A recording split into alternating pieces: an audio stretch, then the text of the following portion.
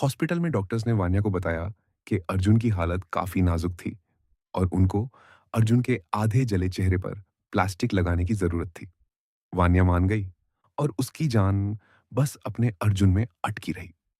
अर्जुन को ट्रीटमेंट के दौरान उसकी दादी सुलेखा, रेखा और उसके दादा वीरेंद्र दिखे।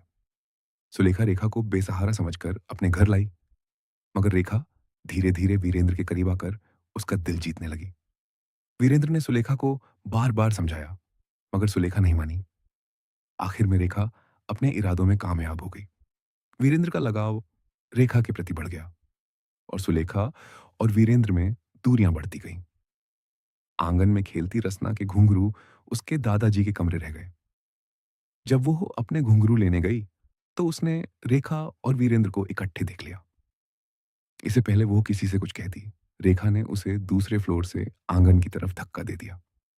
घर के सब सदस्य डर गए, मगर सबको लगा शायद रसना फिसल कर गिर गई होगी। सुलेखा को जब वीरेंद्र और रेखा के रिश्ते का पता लगा तो रेखा ने उसकी भी रात के समय दम घोंट कर जान ले ली। सुलेखा चिल्लाई, मगर उसे किसी ने ना सुना। सुलेखा की चीखें उस हवेली में कैद हो गईं। जब वीरेंद्र को सुलेखा के मरने की खबर मिली तो वह बहुत पछताया और उसने रेखा को खूब सुनाया। रेखा अब सिर्फ हवेली की मालकिन बनना चाहती थी, इसलिए उसने वीरेंद्र को भी रास्ते से हटा दिया। रेखा उस हवेली पे अकेले राज करती रही जब तक कि अर्जुन वहां नहीं आया। अर्जुन को सारी कहानी एक सपने के रूप में दिखी और उसे समझ आया कि रेखा किस तरह की औरत थी। 2 दिन बाद अर्जुन के आधे चेहरे पे प्लास्टिक लग चुकी थी और उसे होश आया। अर्जुन की आंखें खुलते ही उसने अपनी वान्या को अपने पास बैठी पाया, जिसकी आंखें पानी से भरी थीं, और उसने अर्जुन का हाथ कसकर पकड़ा हुआ था।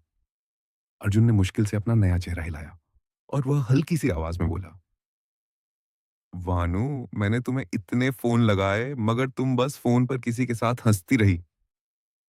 ये क्या हुआ है मुझे? मैं ठीक से बोल क्यों नहीं पा रहा हूं? क्या मैं मरने वाला हूं वानू? अर्जुन की आंखों में पानी था। वान्या ने प्यार से अर्जुन के चेहरे वाला प्लास्टिक का हिस्सा छुआ और वह मुस्कुराकर बोली, कहीं नहीं जा रहे तुम। मैं यहीं हूं तो तुम कैसे जाओगे? पता है, मैंने तुम्हें घर जाकर 2 दिन लगातार इतनी कॉल्स की, मगर तुम्हारा फोन हर बार बिजी ही आ रहा था। रात को मुझे तुम्हारी बहुत चिंता हुई, इसलिए सुबह की पहली ट्रेन से मैं आंखेड़ी आ गई। तुम्हारी हालत देखकर मेरी जान ही निकल गई थी, पर डरो मत। अब डॉक्टर्स ने कहा है तुम जल्दी ठीक हो जाओगे। बस तुम्हारा आधा चेहरा जला था, वो भी अब ठीक है। अर्जुन रोते हुए बोला, अब मेरे जीने का क्या फायदा? ऐसे इंसान के साथ जिंदगी गुजार के तुम क्या करोगी जिसका चेहरा ही जल चुका है? मैं कभी ठीक से बोल नहीं पाऊंगा, हंस नहीं पाऊंगा, और वो आग के निशान सदा मेरे चेहरे पर रहेंगे। मुझे छोड़ दो वान्या, मुझे भी मेरे परिवार के पास जाने दो। वान्या ने प्यार से रोते हुए अर्जुन के आंसू पोंछे और बोली, चेहरा जला तो क्या हुआ, मेरा प्यार थोड़ी जला है तुम्हारे लिए। 2 दिन तुमने आंखें नहीं खोली तो मैं पागलों की तरह बेचैन रही, और तुम मुझे हमेशा के लिए छोड़ने को कह रहे हो। देखो, मुझे नहीं पता कि तुम कैसे बोलोगे या कैसे हंसोगे, बस इतना याद रखना कि तुम बस मेरे ही रहोगे, और अगर परिवार के पास जाना ही है तो उनकी बहू को भी साथ लेकर चलो, वरना अकेले मैं तुम्हें जाने नहीं दूंगी। अर्जुन मुस्कुराया और उसे समझ आया कि वह वान्या का फोन पर हंसना और वह पीछे की आवाज सब कुछ रेखा का बुना हुआ एक छलावा था। अर्जुन बेकार में ही वान्या से चिढ़ रहा था, जबकि वान्या उसे इतना प्यार करती थी।